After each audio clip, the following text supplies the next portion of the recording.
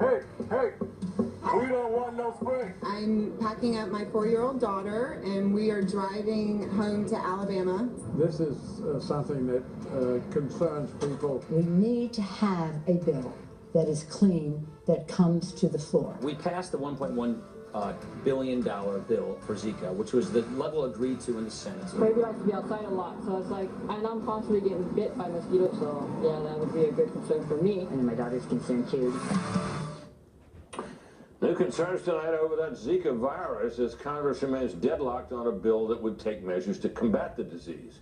Ed Henry, our senior national correspondent, has been on the story. Ed, good to see you, what can Brett. you tell us? Well, you know, this is a classic case of why our viewers get infuriated by Washington. A bipartisan effort to eradicate Zika has stalled in a battle over all things Planned Parenthood and abortion. This is a real problem. More than 1,500 pregnant women infected already and counting. So this is a government intervention maybe even conservatives could get behind. And the Senate seemed to have solved it in May. They passed a $1.1 billion package by a margin of 89-8. All the Democrats were on board. Then all of a sudden, Democratic leader Harry Reid led 3 filibusters over the last few months to block the funding that he and President Obama say they want. They're claiming falsely that the bill bans Planned Parenthood from getting money and that the bill, in fact, doesn't really touch Planned Parenthood's existing millions in tax dollars that they get. Democrats, though, wanted new tax money to go to Planned Parenthood for contraception since the Zika is sexually transmitted. But the Zika infections are concentrated largely, as you heard there, in Florida, where there's a big Senate race. And you remember Marco Rubio. He's trying to hold off Democratic Congressman Patrick Murphy. He's up by about 7 points, Rubio, in the latest polls. And Democrats are running ads charging Rubio has blocked money for health clinics, quote, during this public health emergency.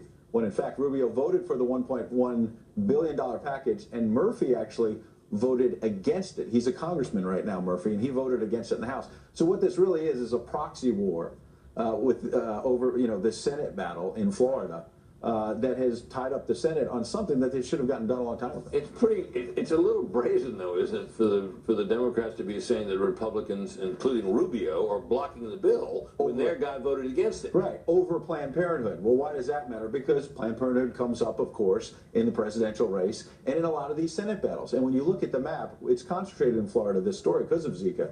But a lot of these Senate races that are going to determine control of the Senate, which is maybe as important as the White House as well. Because this is one of them. And this is one of them. Florida, you've got Ohio, there's a battle, there's Pennsylvania, there's North Carolina, there's New Hampshire. These are all battlegrounds in the White House race as well. And look, if Hillary Clinton can beat Donald Trump, she of course wants a Democratic Senate because she may have 2, 3, or 4 Supreme Court nominations. If Trump can pull this out, the Democrats then would not likely have the House. They'd lose the White House. They desperately need to win something. Got it. Ed, thanks. Good to see you, buddy.